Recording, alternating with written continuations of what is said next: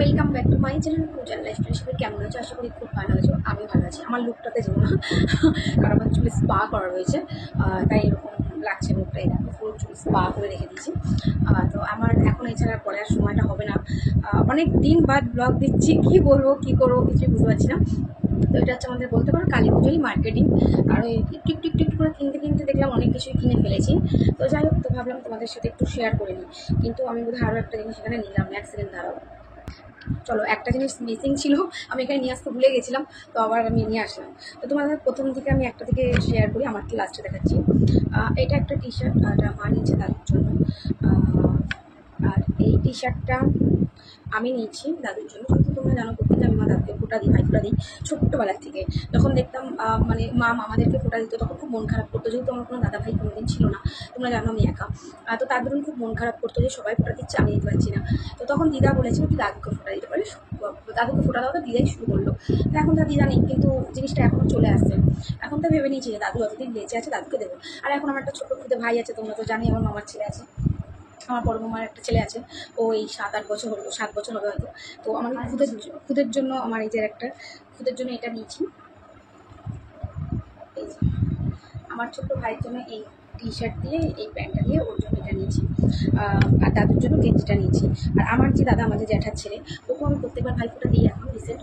আগে দেওয়া হতো না, বছর 4-5 একটু ওকে দেওয়া হয়, বাট এই বছর ওকে দেওয়া হবে না। তার কারণ হচ্ছে ওর এই বছর তোমার আর বলো না, বৃহস্পতিবার পড়েছে ওর জন্মবার। তাই জন্য এই বছর ওর ফোঁটাটা আমি দিতে পারবো না। তাই ওর জন্য মামা বললো যে না, এবার ফোঁটা দেওয়া যাবে না। তো ওর জন্য আর কিছু কেনাকাটি ওর জন্য করতে পারিনি। আমি ওর জন্য অবশ্যই কিনতে করে ফোঁটাই দিয়ে দিতাম। আর এই যে এইটা হচ্ছে একটা পাটান সেট, খুব সুন্দর জিনিসটা। এটা হচ্ছে আমার স্বামী, এটা আমার মা দিয়েছে স্বামীকে ভাইফোঁটা উপলক্ষে। আমি যদিও মায়ের জন্য আলাদা করে এখন কিছু কিনতে পারিনি, কারণ সত্যি বলতে বিশ্বাস করো, সদ্য পুজোটা গেছে তো আমার পক্ষে আর এখন সম্ভব নয় যে আবার কেনা। মানে ওই জন্য মায়ের জন্য আমি আর কিছু কিনতে চাই, আমার মায়ের একই ব্যাপার হলো। আর এই পাঞ্জাবিটা আমি স্বামীর জন্য কিনেছি, কালী পুজোর দিন পরাচ্ছি, কালী পুজোর রাতে পরার জন্য। পাঞ্জাবিটা খুব ভালো হয়েছে। আর আমি এই পাঞ্জাবিটা আমি অনলাইন থেকেই নিয়েছি। এটা আমি স্বামীর জন্য নিয়েছি কালী পুজোর রাতে পরার জন্য, কারণ আমরা কাল সবাই লাল করবো। তো তাই জন্য ভেবেছি স্বামীর জন্য একটা লাল পাঞ্জাবি ছিল না। আর আমার না পুজোর মধ্যে বাচ্চা কাচ্চারা পাঞ্জাবি তোদের জিনিসটা আমার খুব ভালো লাগে, পুজোর দিনটা আমি বলছি না সব কটা দিন। তো তার জন্য স্বামীর জন্য পাঞ্জাবিটা নিয়েছি। আর আমার ছোটো ছেলের জন্য এটা নিয়েছি। তোমাদেরকে আগের দিন দেখিয়েছিলাম কালো রঙের একটা ড্রেস পরিয়ে, তো তোমরা তো সেটা দেখেইছো। ভেবেছিলাম ওটা কালী পুজোর দিন পরাবো, তো তারপরে আবার এই লাল গেঞ্জিটা আমি আমার বাচ্চার জন্য অর্ডার করেছিলাম। তো দেখলাম কালী পুজোর আগেই চলে আসলো। এই যে তো যখন চলেই আসলো, তো তখন ভাবলাম যে ঠিক আছে লাল ড্রেসটাই তাহলে ওখানে পরাই, যেহেতু কালী পুজোর দিন যখন আমরা সবাই লাল করছি, তাই কালোটা ক্যান্সেল করে ওকে, বাচ্চাকেও আমার ছোটোটাকেও আমি এই জামা প্যান্টটাই পরাবো। কেমন হয়েছে বলবো আমার ছোটো ছেলে।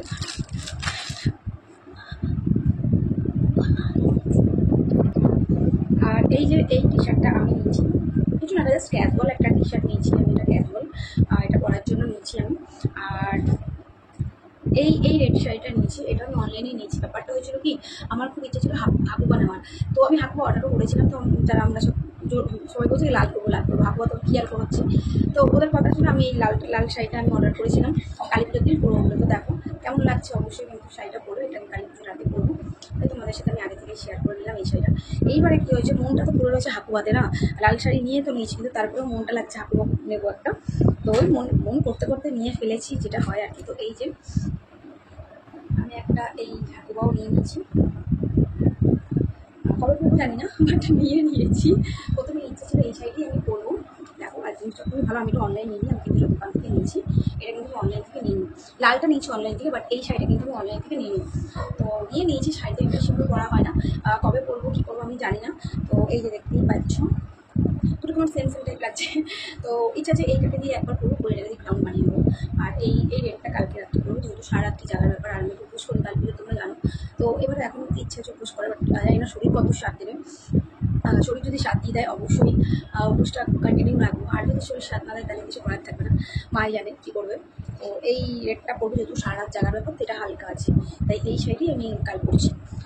আর এই শাড়িটা কবে পরবো কখন পরবো আমি জানি না, পছন্দ হচ্ছে নিয়ে নিচ্ছি। আর এই শাড়িটা কিন্তু আমি আবার বলছি, আমি এটা অনলাইন থেকে নিই, এটা আমার দোকান থেকে কেনা শাড়িটা, ঠিক আছে। তো এটা যদি লিঙ্ক চাও আমি দিতে পারবো না, লিঙ্ক করবে, এটা সবাই এখন সব জায়গাতেই পাওয়া যাচ্ছে।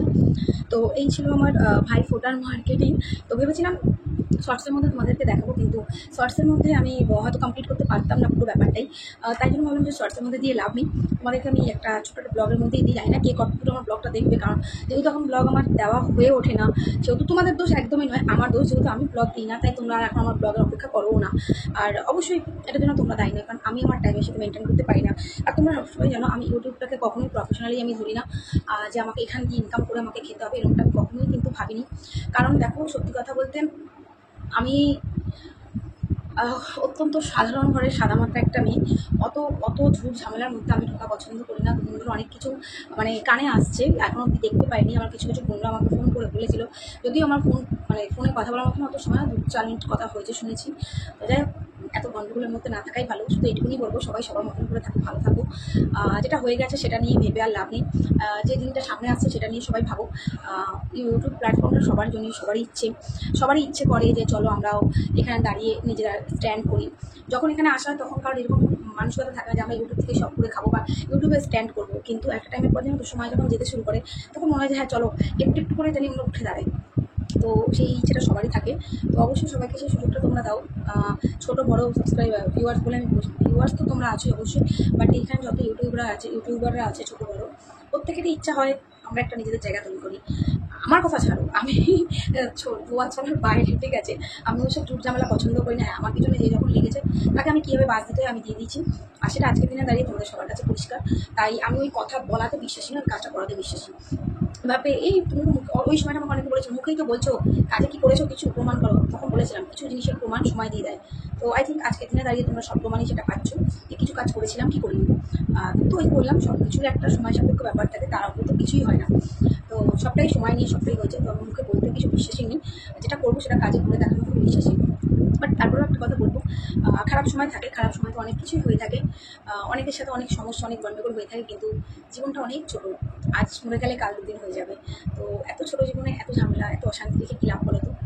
এটাই বলবো, নিজেরা এত ঝামেলা অশান্তির মধ্যে একটু থেকো না, সবাইকে সবার মতো করে বাঁচতে দাও, ভালো থাকতে দাও, বাস, আর কিছুই না। এটাই তো জীবন বলো। আর সত্যি বলতে সময়ের সাথে সাথে নিজেদের বয়স বাড়ছে, ম্যাচুরিটি বাড়ছে। আর আজকে যদি আমরা যদি বিশৃঙ্খলপনা করি, আমরা যদি অসভ্যতামি করি, তাহলে আমাদের বাচ্চারা কী শিখবে? ঘরে আমাদের বাচ্চা আছে, তো তারা আমাদেরকে দেখে কী শিখবে? আমরা যতই আমাদের বাচ্চাদেরকে স্ট্রং তৈরি করি না কেন, কিন্তু তারপরেও একটা শিক্ষা কিন্তু বাচ্চারা ঘর থেকেই পায়, মায়ের থেকে মেইনলি শিক্ষাটা কিন্তু পায়, এটা আমি মনে করি। তো সেখান থেকে এটাই বলবো, নিজেকে স্বচ্ছ রাখো, সাধারণ রাখো, আর 5টা মেয়ের মতন করে চলো, বা আর 5টা মানুষের মতন করে সবাই চলো, দেখতে ভালো লাগবে, জীবনটা অনেক সুন্দর। আর অবশ্যই স্ট্রাগল প্রত্যেকের লাইফে করতে হচ্ছে, প্রত্যেকে, কেউ মুখে বলছে কেউ মুখে বলছে না। আজকের দিনে দাঁড়িয়ে আমি স্ট্রাগল করছি না, অনেক করছি, বাট আমার মনে হয় না এই ইউটিউব প্ল্যাটফর্মটা সেটা বলার জায়গা। তাই ঠিক আছে না, ওকে। নিজের স্ট্রাগল নিজেকেই করতে হবে। আমি বললে তোমার স্ট্রাগলটা কমে যাবে না বা বেড়ে যাবে না। তো আমার মনে হয় কিছু জিনিস ব্যক্তিগত রাখা উচিত, ব্যক্তিগত থাকা উচিত। ইউটিউবটাকে আনন্দের জায়গায় রাখো, ভালো ভালো কিছু দাও, বাকি খারাপ জিনিসগুলো নিজের মধ্যে রাখাটাই বেটার। যাই হোক, হয়তো অনেক বেশি জ্ঞান দিয়ে ফেলেছি, জানি না কার ভালো লাগবে কার খারাপ লাগবে, এটুকুই বলবো। সবাই ভালো থাকো, সুস্থ থাকো, প্রত্যেকে ভালো থাকার সুযোগ করে দাও, আর কিছুই না। চলো আসি, সবাই ভালো থেকো, সুস্থ থেকো। অনেক অনেক বেশি বেশি জ্ঞান দিয়ে ফেলেছি। তো অনেক দিন বাদ ব্লগটা দিচ্ছি, হাত জোর করে বলছি সবাই ব্লগটা দেখো। আর যেরকম লাগলো আমার ভাইফোঁটা ছোটোখাটো মার্কেটিং, সাধারণ ঘরের সাধারণের মতন করি আমি জীবনযাপন করি।